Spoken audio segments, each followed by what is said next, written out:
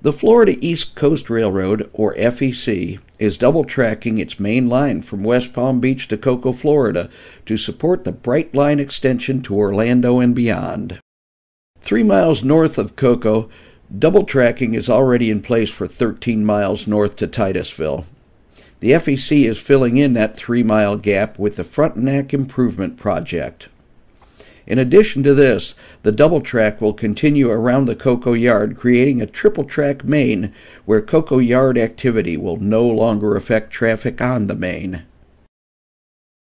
Here is the current southern end of the FEC double track. New signals have been installed here but are not yet in service. The crossover switches and track here are ballasted and in service as of December 18th.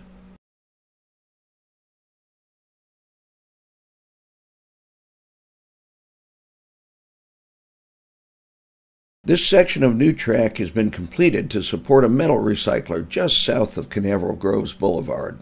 On November 6th, the recycler was still connected to the old main.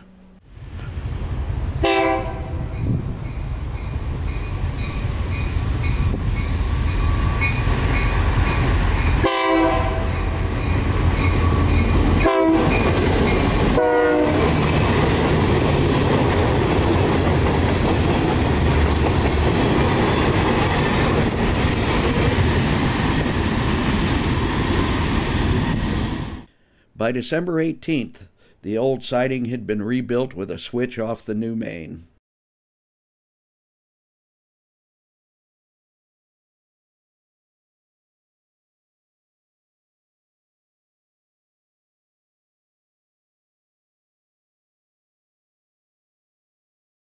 South of Canaveral Groves Boulevard, the next major crossing is Sidco Road and City Point in Cocoa.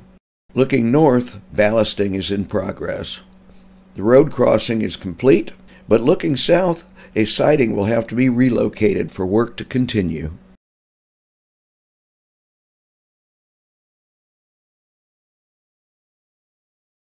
Just to the south, Train 336 awaits a crew to take the empty rock hoppers south to be refilled for another trip. The yellow hopper behind the engine is the radio-controlled car used to unload the train by remote control. Before heading south, this car will be returned to its home siding. In this view, we see the current end of the new track and the Brightline tunnel under Highway 528. Starting south of Michigan Avenue in Cocoa and heading north, there are 2 sets of crossover switches.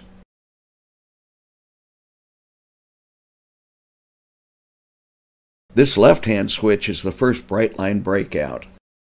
It is followed by another crossover, then the second Brightline breakout. This leads us to the 4-track crossing at Michigan Ave. Here's Train 335, heading to the CEMEX plant at City Point, passing through this area.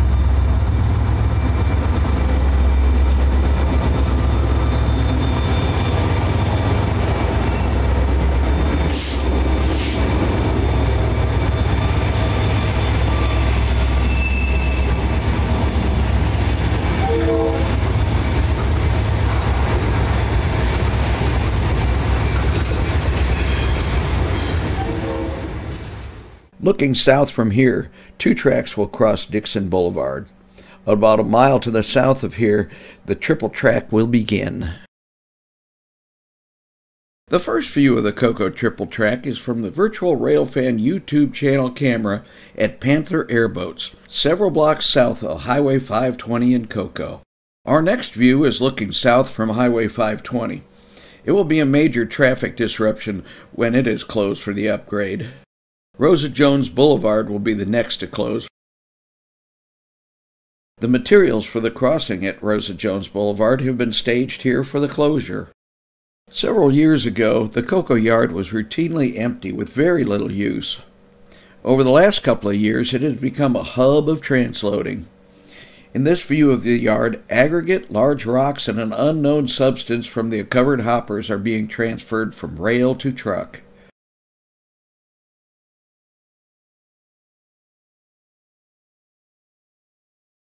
To date, this switching was dependent on being able to hold the main. With the yard lead, that will no longer be the case.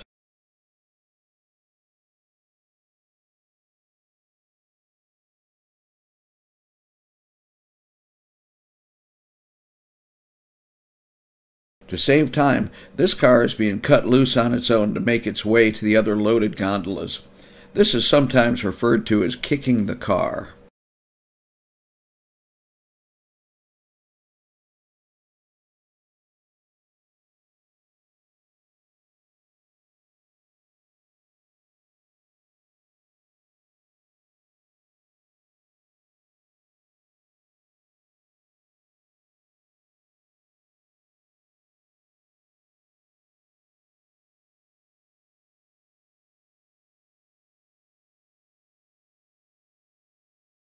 South of the yard is Barton Boulevard in Rockledge, which has already been triple tracked.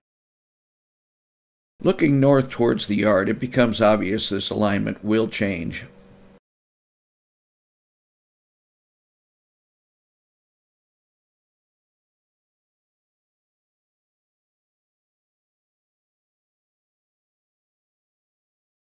Here's the triple tracks at Barton Boulevard.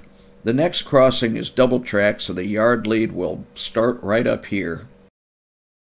I hope you enjoyed this video. Here's to a good 2022. Thanks for watching and check out my other videos.